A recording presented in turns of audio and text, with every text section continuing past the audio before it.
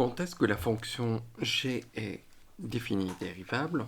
Donc, on regarde le dénominateur. Il faut que le dénominateur soit différent de 0. Et pour ça, il faut que 3x plus 4 soit différent de 0. Quand est-ce que 3x plus 4 est égal à 0? Donc, si je passe moins 4 divisé par 3. Donc là, g est défini et dérivable sur R privé de moins 4 tiers. Donc, il y a une valeur interdite qui est moins 4 tiers. Il faudrait que 3x plus 4 soit différent de 0. Or, 3x plus 4, c'est différent de 0 quand x est différent de moins 4 tiers. Donc, une valeur interdite qui est moins 4 tiers. Et voilà. Donc, je vais passer maintenant à cette expression. Donc, quand on va avoir une composée d'une fonction, avec une fonction affine, une fonction dérivable. Ici, ce que l'on voit, ça, on va regarder cette formule, on va l'appliquer après.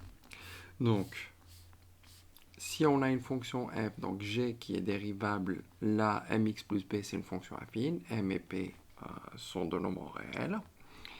Donc, dans ce cas-là, si je dois dériver, je prends m, je le sors, et je vais dériver g, donc je prends la dérivée de g, donc g', qu'on va appliquer à mx plus p. Donc, ça, c'est de la forme g appliqué à 5x moins 4.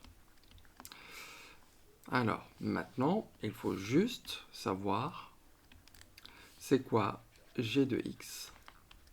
Pour le savoir, je vais prendre un surligneur, je vais surligner 5x moins 4.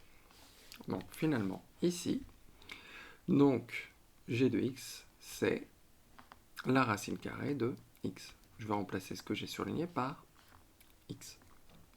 G' de x, ça va être quoi? Ça va être 1 sur 2 racine carrée de x. Bon, une fois qu'on a ça, c'est bon. Donc ici, m vaut 5 et p vaut moins 4. Maintenant, on va dériver. Donc f' de x, ça va être quoi? C'est m, qui est 5, que je vais multiplier par g' appliqué à 5x moins 4. Donc, quand je vais faire 5, que je vais multiplier par... Alors, ici, il va falloir que je prenne ce x-là, je vais le remplacer par 5x moins 4. Maintenant, donc, je fais 1 sur 2 racine carrée de 5x moins 4. Alors, bien entendu, f est défini quand 5x moins 4 est strictement positif. On regardera après. Et donc là, la dérivée, elle, n'est définie que si c'est strictement supérieur à 0. Strictement positif. Donc après, on va regarder le domaine de dérivabilité de f et le domaine de définition. Donc, quand on va multiplier par 5, donc ça va 5 sur 2 racine carrée de 5x moins 4. Donc 5x moins 4 est strictement positif. Donc là, hop, je vais prendre... Donc il faudrait que cette chose-là, donc, je vais prendre mon surligneur, il faut que cette chose soit strictement positive. Donc on va regarder 5x. Je vais prendre 5x moins 4 strictement supérieur à 0. Quand est-ce qu'on a ça? Quand x est strictement supérieur à moins 4 divisé par 5. On ne change pas. Donc là, finalement, il faudrait que l'ensemble, c'est tout ce qui est plus grand que moins 4 cinquièmes. Moins 4 cinquièmes plus l'infini. D'accord? Donc f est dérivable sur... Donc, c'est seulement si x appartient à cet intervalle. Sur l'intervalle moins 4 cinquièmes plus l'infini. Et elle est définie sur l'intervalle.